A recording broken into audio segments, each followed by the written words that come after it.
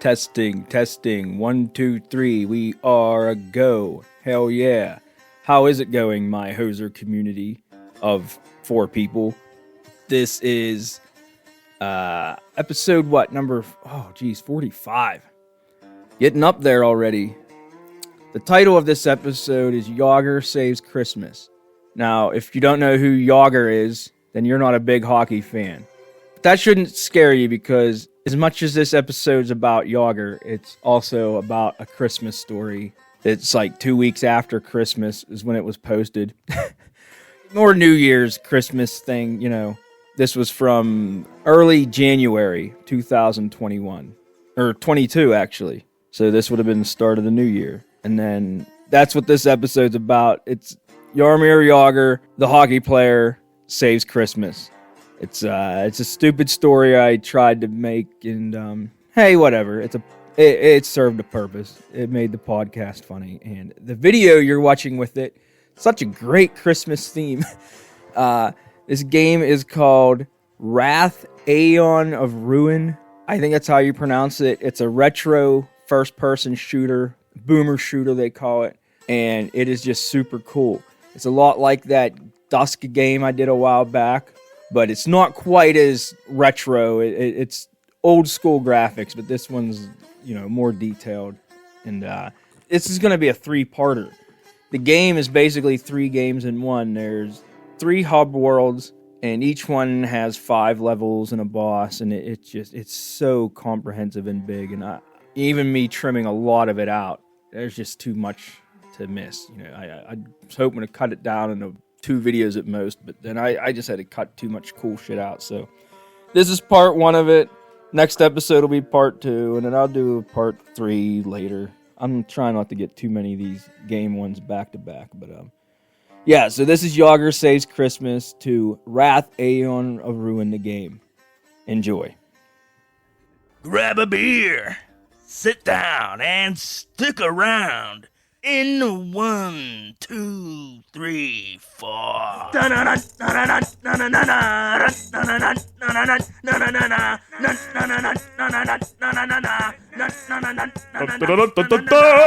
What child is this you laid to rest? I don't know that reference. Just Christmas songs. Oh, okay. Go tell it on the mountain. So anyway, by this time it should be Christmas, New Year's, Hanukkah, that time of year. So happy all that. And, yeah. What's another Christmas song you can go off with? Last year I heard on the radio Bob Seger Christmas song that it's so memorable that I forget everything about it. Was it called Christmas Night Moves? No, it wasn't just Christmas before one. Was it called Christmas Man? They weren't just throwing his. They weren't throwing Christmas in front of his hits. Prancing Against the Wind? No. Was it called? He has a lot of hits, so we can sit here and do this for an hour. Like a dreidel instead of a rock. Was it called? Catman. I already said Christmas Man Do. Oh, okay. Anyway, so we got to jump on this. So I've been saving this. We've been saving this idea for Christmas. Dashing through the snow. I assume our quote-unquote loyal fan base now has heard plenty about our Will Ferrell starred Jagr movie idea. I feel like we haven't beat this to death. We talked about it and we said we were going to do like a big deal about it. And we never did. We just want to have Will Ferrell play Jaromír Jágr in a fucking movie. A document, yeah. Because it's silly. I also want to see Will Ferrell with that humongous mullet. That alone would be price of admission. Price of admission. Will could do it justice. Yeah. He would take the character. Like, Jagr wasn't a party animal. He was a professional hockey player first. I wanted to make it look like Jagr was just a wild, irresponsible butthead. I'll bet you Will would knock it out of the park. Will would bring the comedy to it. Dripping in poon. There's not a scene without at least 3 hot babes around him. That would be funny. Anyway. Acid wash jeans. So I wrote, I don't even want to call it the script. I wrote, well, I guess a partial script. It is a script. It is a script. This is a sequel to the first movie that we never made yet. We didn't do any of this. Don't say we. This is all you. This is not a we thing. We brainstarted the idea, and so I'm going to read off. Here's a heads up. If you're not into early 90s hockey, and you're not a don't know much about Jaromír Jágr, well, fuck you. You're going to listen anyway, because what else are you going to do? You know what you should do? You should be quiet for 5 minutes. That way the listeners can go on Wikipedia Yeah. and look up Jaromír Jágr. All right, honestly, everybody. I'll give you a few seconds. It's your night shift at work that listens, right? Yeah. Do they all know them? Know Jaromír Jágr? Yeah, dude. Zach Boda knows Jaromír Jágr. Everyone knows Jaromír Jágr. Okay. Well, then we don't need to worry about any kind of preface of things. Without further ado, I'm going to read you my movie idea, or what I've wrote of it, for, this is Jagr Saves Christmas, starring Will Ferrell. So here we go. Hold on, I'm trying to get a burp come out. Merry Christmas, everybody. Yeah, Merry Christmas. Go to hell. Okay, this is how it starts. So shortly after the events in Jagr, the first movie, which we didn't do. Didn't happen. Jagr, played by Will Ferrell, is taking a much-needed vacation in Hawaii. As he's lounging on the beach and soaking up the sun with his 12 incredibly hot model escorts, his phone rings. It's Captain Lemieux. He's just played by Mary Lemieux because it'd be funnier if Mary Lemieux's in a fucking movie with Will Ferrell. You could imagine Lemieux wouldn't be good at reading lines. Yeah, it'd be horrible. I don't think I've ever seen Lemieux in a commercial. Dude, he's in some good ones. There's some in the 80s. There's one like... Let's talk about... Yeah. It's Captain Lemieux calling from his headquarters hidden under the old Igloo parking lot. If you know that in Pittsburgh. They quickly catch up, and then Mario tells Jagr that the evil Canadian overlord, Gretzky the Greedy, is not only still alive, but he has sent out a live video showing that he has captured Santa Claus, played by Ron White, and will only release him if the United Nations agrees to let Canada test nuclear weapons over international water, and that the world has until Christmas Eve to agree to the terms or Santa will be killed by slapshots. So Yogs has one last quick, lusty skinny dip with his sexy batch of babes, and then he leaps into his red 1992 T-top IROC Camaro, and he drives it at hyperspeed right off the highway and skips it across the Pacific Ocean to mainland U.S., all the way to Pittsburgh, and meets Mario in his headquarters. So if you know Jagr, that was his classic car in the 90s, and he just, he can just drive it across the ocean because it's so fast. That's funny. Anyway, during Jagr's brief drive, Mario and the Penguins scouting team did some detective work to find out that Wayne Gretzky the Greedy has a not-so-hidden lair of his own built into the rock behind Niagara Falls. After some discussing and planning of how to encounter the situation, Jagr realizes that he's going to need his old crew together to get through Wayne's mysterious and undoubtedly formidable fortress. But most of his former Canadian teammates are either aligned with Wayne, the Greedy, or unwilling to fight against their country.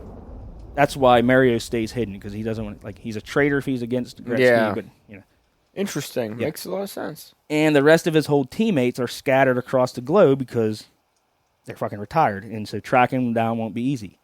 Mario, however, does stay in contact with one guy who lives in the U.S., and after a quick phone call, Ulf Samuelsson, played by Bret Hart, the wrestler, the former, you know him at all? Yep.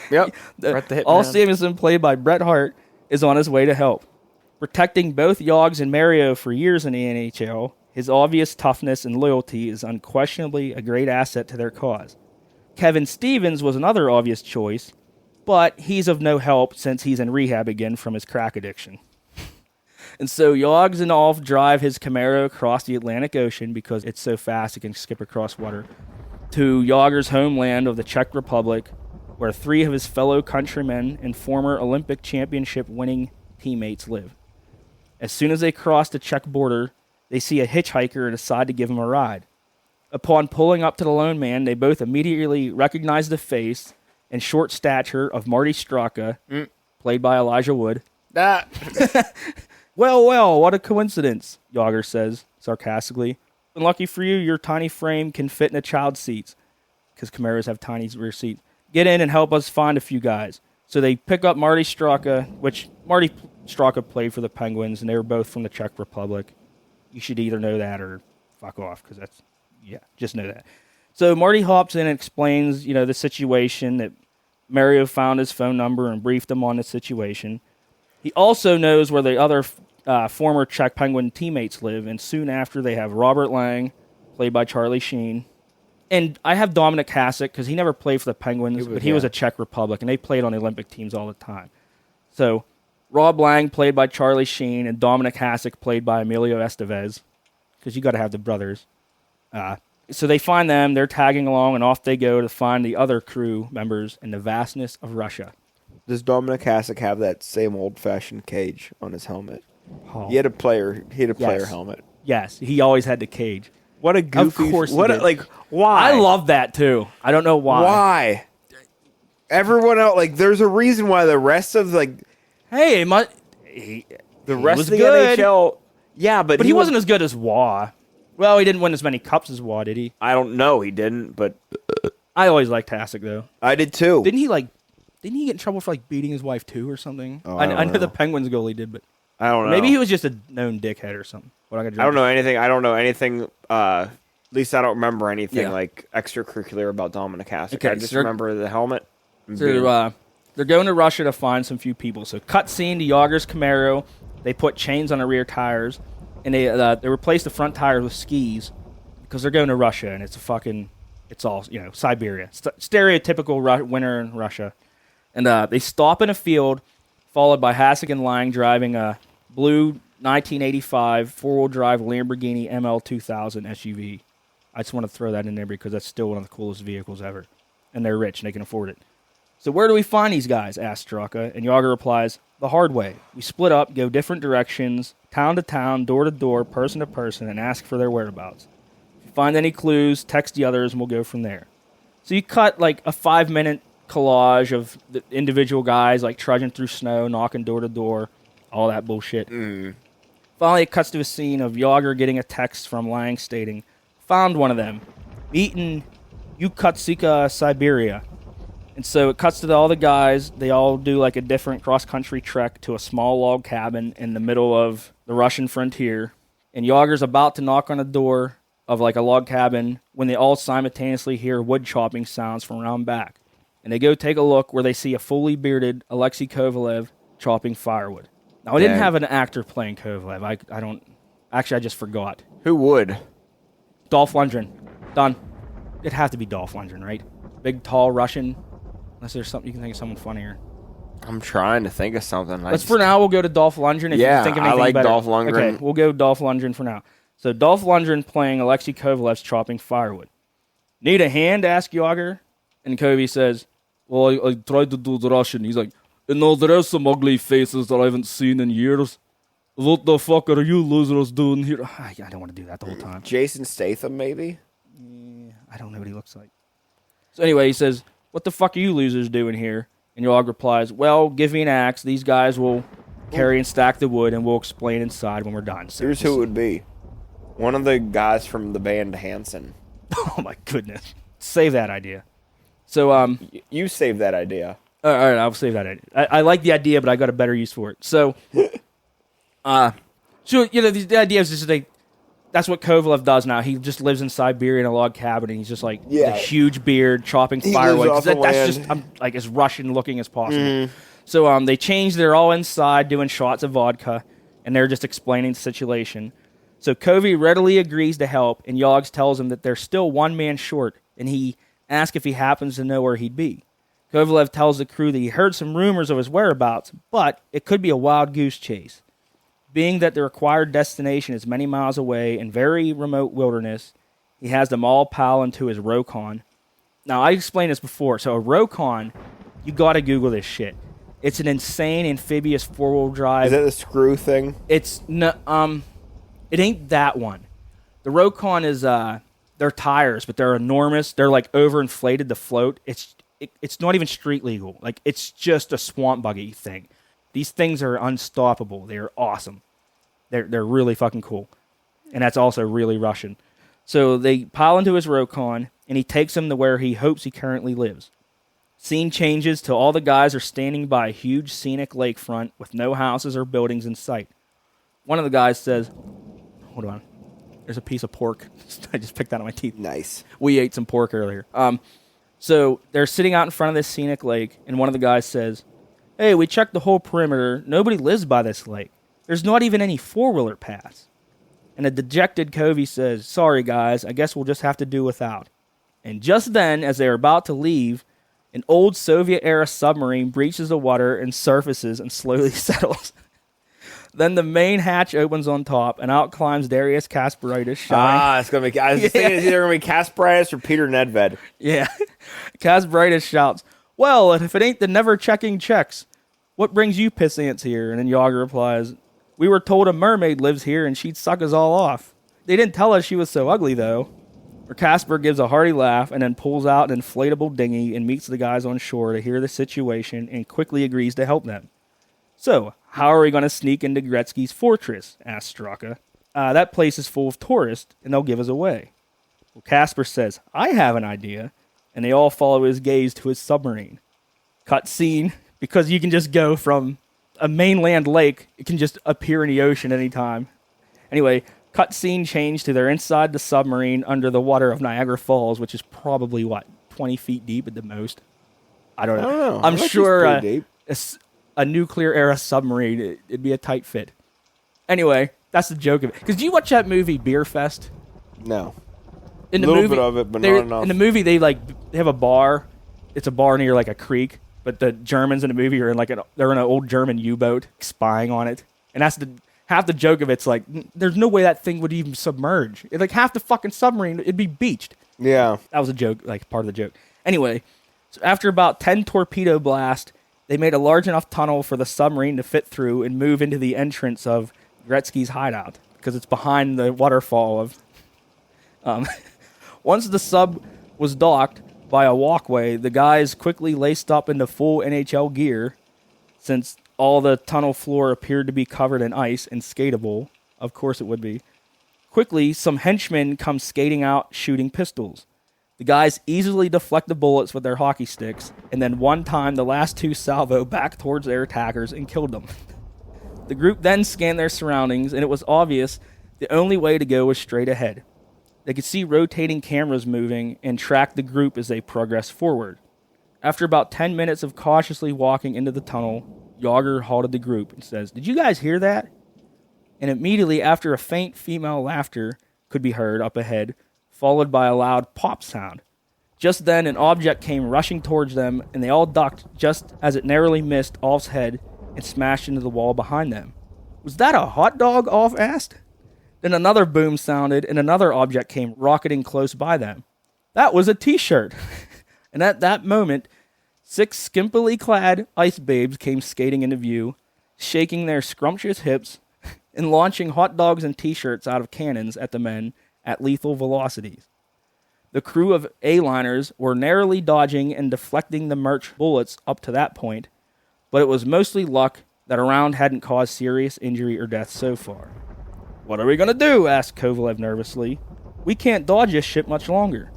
To Jagr replied, "I got this." Then he nonchalantly strutted up to the chicks and winked. Their weapons were lowered in curious bewilderment, which rapidly morphed into arousal as he got closer and gave them another wink. Then the horny broads began flirtingly touching and stroking his chin and chest. "I'll be right back, boys," he said. "Follow me." And then he led them around the corner and out of sight of the other guys. "He still got it," said Straka. And him and the others just stood there for 40 minutes of shocked silence as a chorus of orgasms echoed throughout the caverns. Finally, Jagr skated out to the nearest surveillance camera and gave it his classic 2-fingered goal-scoring salute. It said, "Okay, boys, the girls are with us now." And with that, the crew forged on deeper into the underground complex. Holy crap. Yeah. That's as far as I had. Oh. Yeah, that's it. So they got into the entrance. He wooed the ice babes shooting T-shirts at him because T-shirt shot out of a cannon fast enough to take your head off, I guess.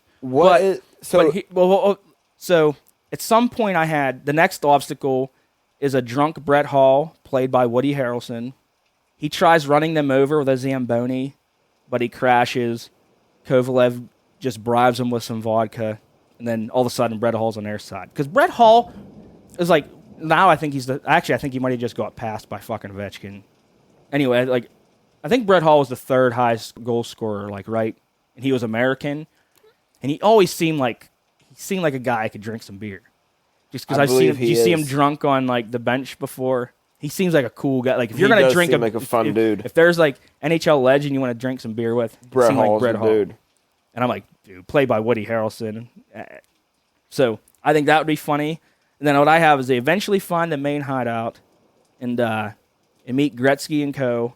Of course, it's a hockey rink. They have an epic, bloody, no-rules hockey match. The Canadians are winning. It turns into like a sword battle, but they're using their hockey sticks. And even like Sidney Crosby, played by Mark Wahlberg, is Wayne's main henchman, and he's kicking ass. Then out of nowhere, a sled pulled by penguins shows up with Mario himself and Jean-Claude Van Damme, because he was in the movie Sudden Death. Yep. Then they show up to help turn the tide. Mario confronts Crosby, and the scene gets Star Wars-y because it's like Luke Skywalker versus Darth Vader. So like their hockey sticks turn into like kind of lightsabers. And then, it'd be more like, I don't know, whatever. And then Mario's maybe more like Obi-Wan Kenobi. And they have like a fucking hockey stick sword match. I don't even know what happens to Sid. I fucking forgot to write that down. But it turns into, of course, Wayne and Mario both have to like... Oh, no. So Wayne and Mario both attempt to control Sid because Sid's like... it's like the Force versus the dark side. So like Crosby's Luke Skywalker. And then Wayne and Mario both at the same time say fuck it, and they both just cut Crosby in half. Because that's funny. They're both like, you know what? We don't need him. Then all I have is... From there on, Wayne and Mario both have an epic hockey stick duel, and Mario kills him. Or does he? Because you got to leave an open question mark. Is there going to be a Jagr 3? Here's one of the big problems I have with the script so far. You don't have a Marty McSorley character. Yet. Do you have one? No. But there might be a third one. And we still have a first one to even do. So. There needs to be... There's a lot of missing characters. Marty McSorley needs to be Wayne Gretzky's like protege, or under like whatever you'd call him, the Robin. Yeah, actually, that's probably only about a half hour worth of movie too. But no way, man. There's a good bit of movie there. Yeah, and I still have a little more of it too. So Santa, played by Ron White, and Mario drag race their sleds pulled by reindeer and penguins. Mario and Jean-Claude Van Damme pulled in with a sled pulled by penguins. Yeah. Well, Santa has his sled of reindeer, so they drag race. You call them reindeer? I might have. I think you call them reindeer. I'm out of beer. I want to go get one, but so I kind of have like beer in my head. Let's go to commercial break real quick, and then we'll hash the rest of this out after. G'day, mates. This is your good bloke, Claude Kupka, with a very important question for you. Are your undies routinely chockers full of sweat and body fluids? If so, then it's nothing to whinge about. It's hotter than Satan's armpit out here in the outback, and if I'm wearing subpar undies, then my fanny's waterlogged by brekkie. That's why I wear my ripper of a new product, Down Underwear. Not your standard underbreeches. Down Underwear are made from 100% fair dinkum koala hide. Now, I know what you're thinking. Koalas are cute and cuddly, but they're also extremely moisture absorbent to draw in every ounce of water it can to survive in the harsh, arid climate of inner Australia, making koala hide the perfect material to soak up that slab of beer you guzzled last night at the pub. And they also have a roo pouch built right into the front for extra storage for a coatie. Down Underwear are also available in every size and style, and their performance is guaranteed to be the best bloody undies you ever wore or your money back. So don't be the bogan with the barbie in his clutch. And give the flies and mozzies the Aussie salute. And go get yourself some Down Underwear today. Or else you'll just be another bludgeon left whoop whoop in a billabong of shame. Are you landlubbers craving a delicious pizza with an open ocean twist? Well, then don't be a barnacle and sail on over to Pirate Joe's Pizza and hop on board to plunder from our amazing menu. Cause here at Pirate Joe's, you'll feast like a captain with our exclusive toppings, such as fresh fried flounder, tasty sea turtle eggs, marinated manta ray, succulent seahorse, decadent dolphin tail, scrumptious seal loins, and so much more. All on our award-winning crustacean crust and smothered in the freshest sea cow cheese on the high seas. Or, if you're not in the mood for pizza, then you can fill your chest with other treats like seasoned gull wings or a hearty manatee T-bone. Or try our killer whale wrap and urchin chowder. Our menu is as deep and bountiful as the hull of a mighty galleon, and guaranteed to satisfy your insatiable appetites, or Pirate Joe himself will walk the plank. And don't forget, our fully stocked bar has enough mead and rum to make any seasoned sailor seasick. Pirate Joe's has been voted the best pizza joint for 7 straight years, so other pizza joints can blow it out their blowholes. Don't waste your doubloons anywhere else, and find your Pirate Joe's Pizza within the nearest nautical miles for the #1 dining experience for you, your wench of choice, and the little buccaneers today. Pirate Joe's Pizza. We're fun, we're filling, we're by far the best. All right, and we're back. Before we stop with the movie idea, because all I have is a list of random cameos. So I had Weird Al needs to be in the movie. Who the fuck could he play? Peter Nedved. Peter Nedved, I like it. Okay. Because in the movie, there's a lot of room for, you could have all kinds of, even in the main battle, you could have in the background, whoever. So I have Steve Carell as Brad Marchand, just because they both have huge noses. Okay. I have Chewbacca as Chara, just because they're both big, ugly fucks. I have nobody for Sebastian Bach, the Skid Row singer, but I feel like he's Canadian. Why tall. is he? Okay, so he would just have to be. Maybe he could be Casper. He would just be in it. Yeah, maybe he would just be Sebastian He'd play Bach. himself. He could be doing the Canadian national anthem, and then halfway through, not even halfway through, like 2 sentences through, he gets killed. Fucking Jagr just winds up and wrist shots one right to his throat and blows his Adam's apple out. That's it. Done. Written in stone. That's going to be in the movie. And, Bono. I thought it'd be funny, like, why would Bono be in a fucking movie at all, let alone a hockey comedy movie? Nah, I think about it. That wouldn't be funny. It'd be too Irish and too gay, because you two suck.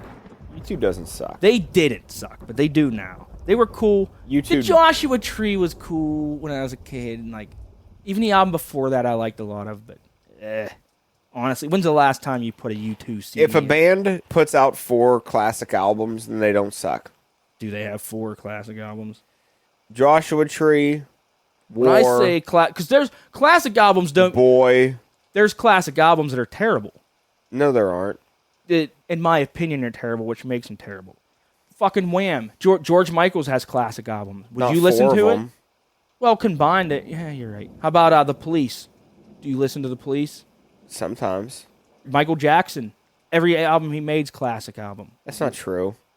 Well, most of them. Bad. Thriller. Thriller. The one before it, I forget. I don't know the names of them. There's the one in the early 90s, the one with black or white on it. That album, they all were. They were not all classic albums. No, no, I just don't. I'm not agreeing with this. U2 is not. Give me 4 U2 classic albums. Now they're they have 3. They have classic albums in their respective genre, but that you would listen to, that you could say don't suck, in your opinion. I know that Act Chung Baby. I'm sorry, it sucks.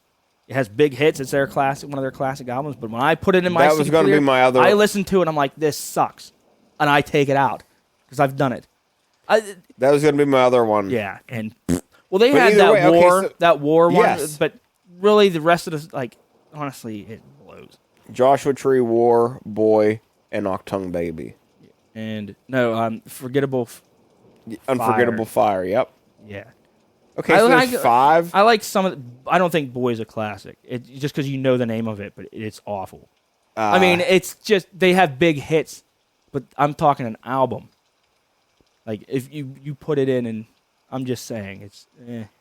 Either way, okay. See, on my podcast, our opinion is what matters. So if I say it sucks, if you want to hear U2, most of their albums don't suck, go listen to another podcast. You hear how much of an argument I'm putting up. Yeah. I'm extremely not putting up any resistance to this.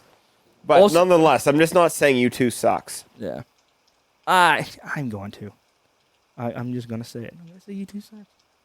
U2 doesn't suck. You don't even agree with that. You're saying that, but you don't agree with it. I wouldn't go to their concert ever if people paid me to. You would never go to a U2 concert. They suck now. I don't know. They were cool when I was a kid, but that was 30 years ago. The last 30 years have been poop.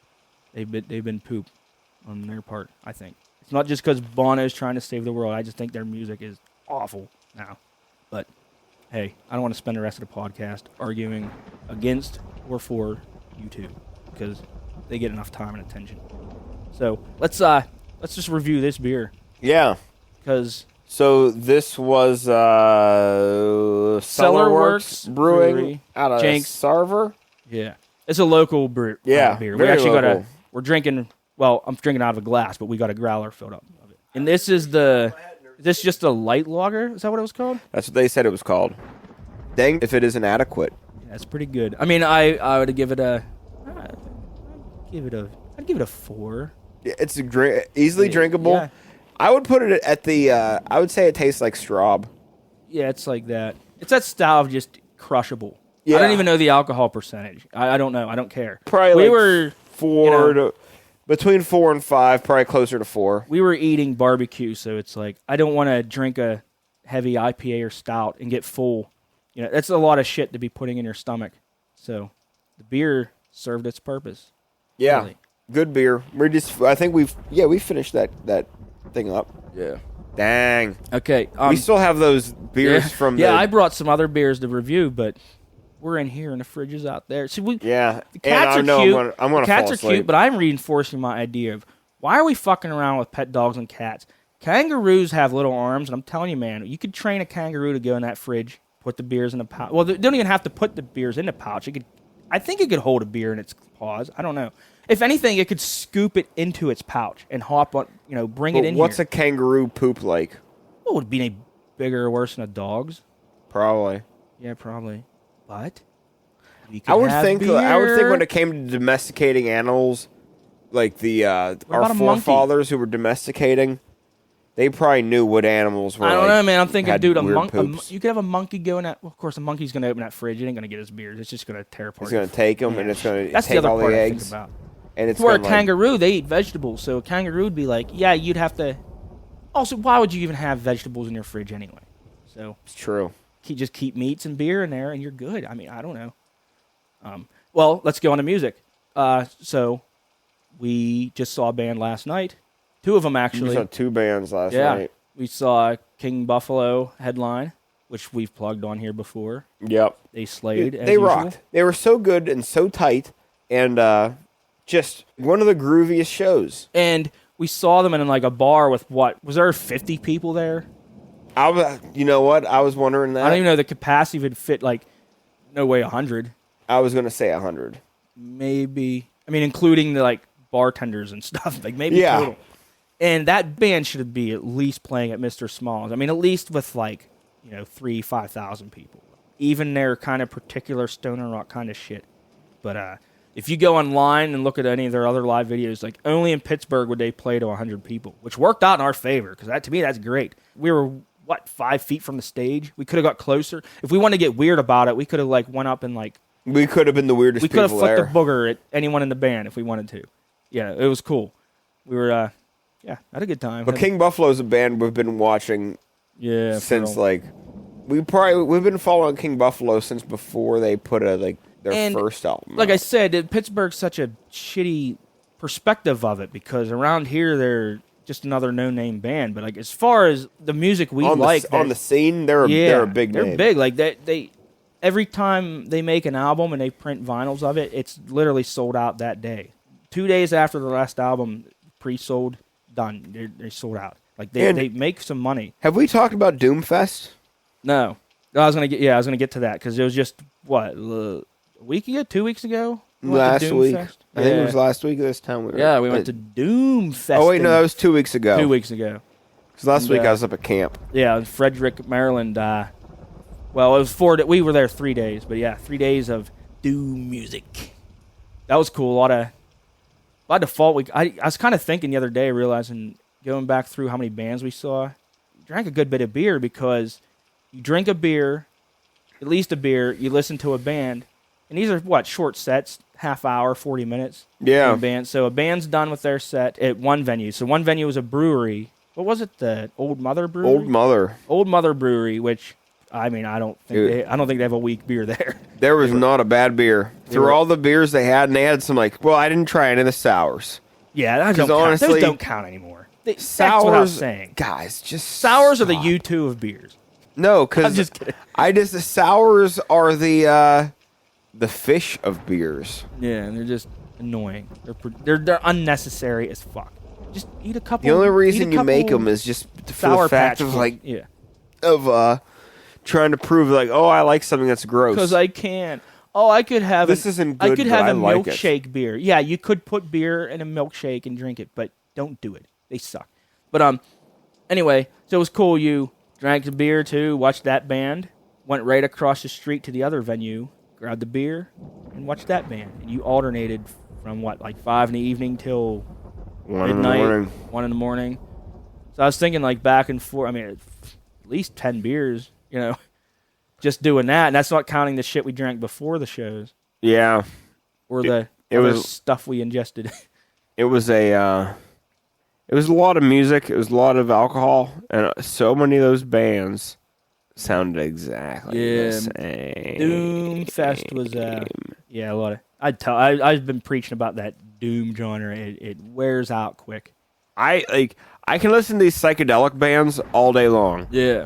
But these all that doom heavy, like these super slow doom bands, just that boom, boom, boom, with zero stage presence. Yeah, over and over. They like these bands. They'll go on a stage, never say what their name is.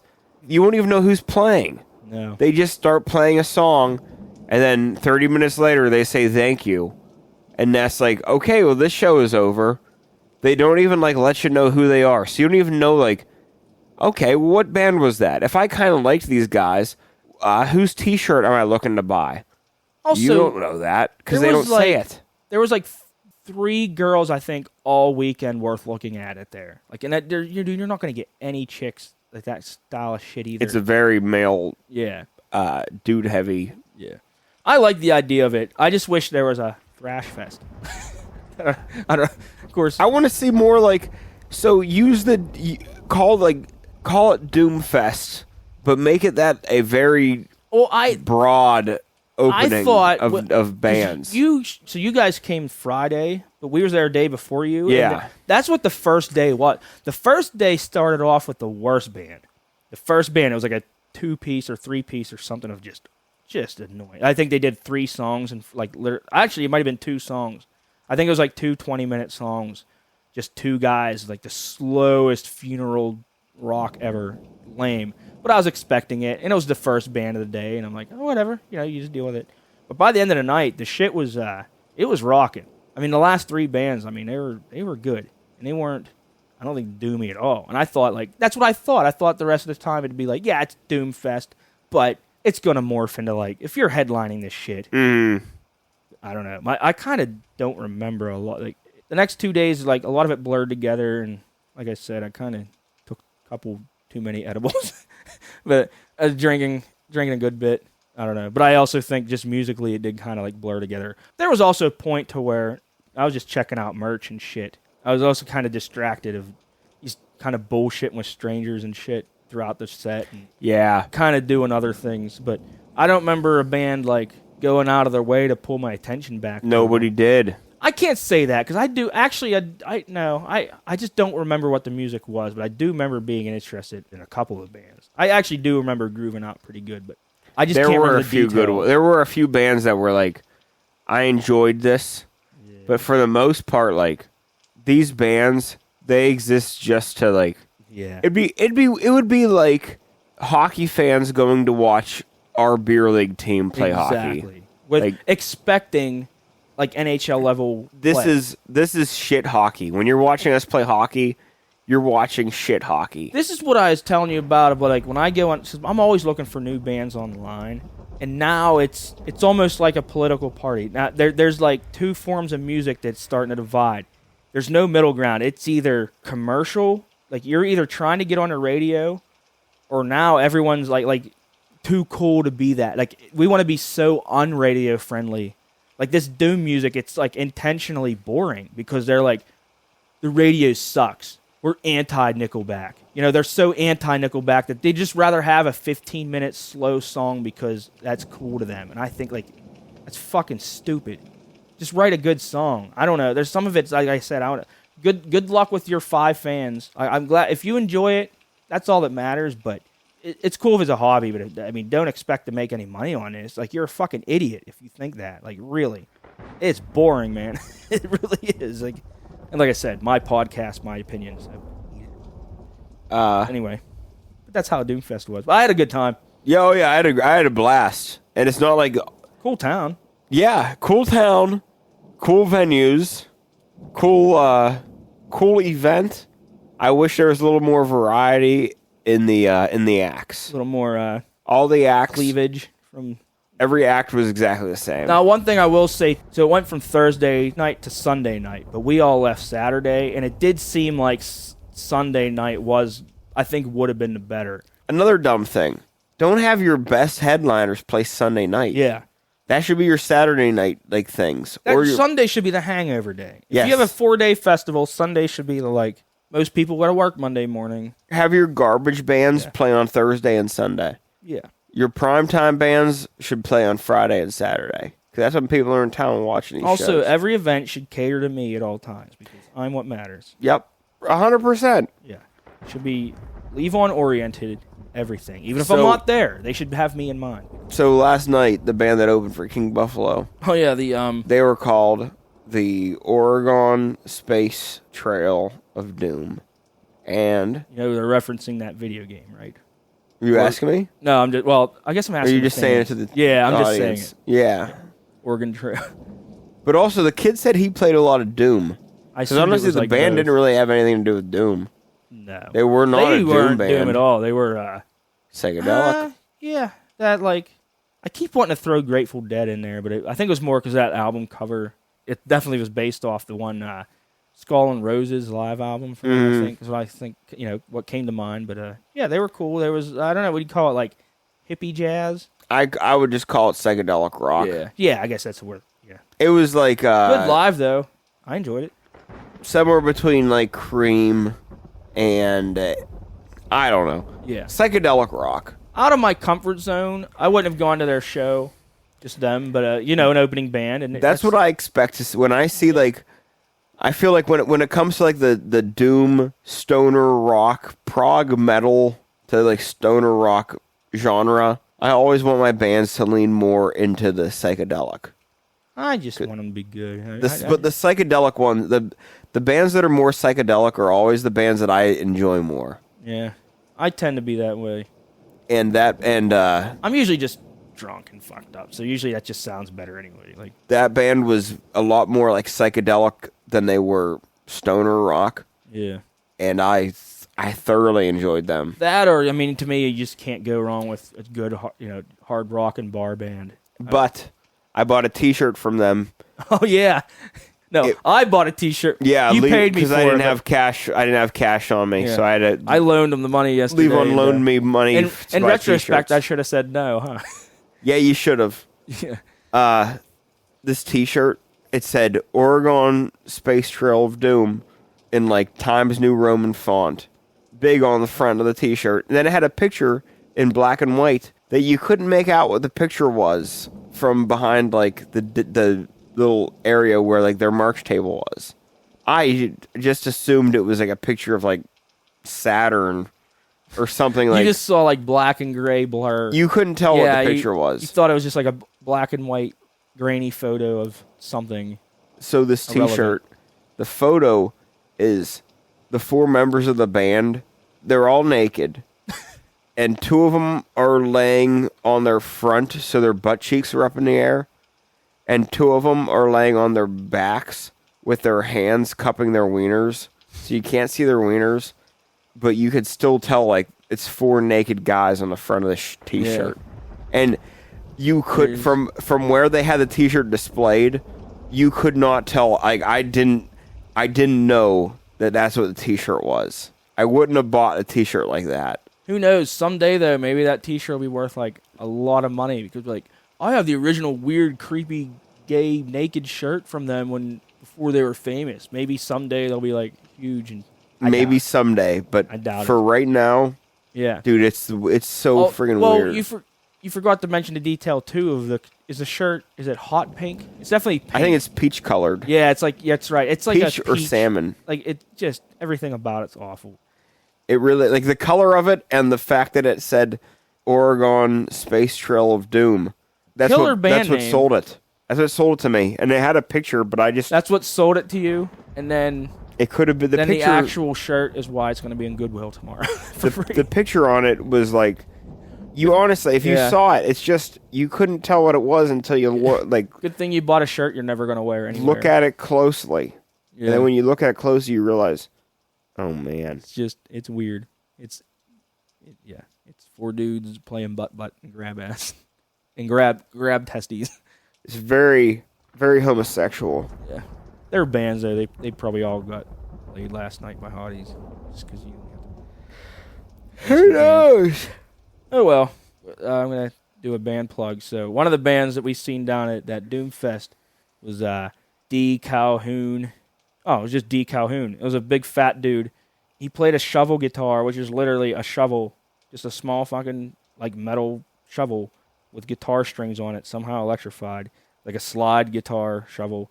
And then he did have another guy playing bass with him, but it was just like folk Delta blues shit. But he could belt it out. D Calhoun, check him out on Bandcamp. Check out his solo shit. It was really good. That's all the information I got. That shit all blur together. I don't know. Actually, I don't know enough about him. I got a CD from down there. Well, our friend Reg bought me a CD down there for them, and pretty cool. If you like that stuff, which you will. I don't think this has been a very good podcast. Probably not. It's pretty terrible. You think so? Mm-hmm. I feel like I feel like I've been really tired throughout the whole thing. I know I definitely phoned it in. That's all right. If this ends up being good, I'll be blown away. Hey, we're still going to sound better than them fucking Doom bands we listen to, so I think we're all right. I don't know, man. Zach, I'm sorry. If we don't scrap this thing, then I'm sorry this is what you're going to have to listen to on one day driving into work. I don't apologize for shit. I don't make mistakes. He's right, you know. All right. Everything I do is worth millions of dollars. Billions and billions and That's why I'm billions. broke. All right, we're ending it. All right. Oopie doopie, everybody.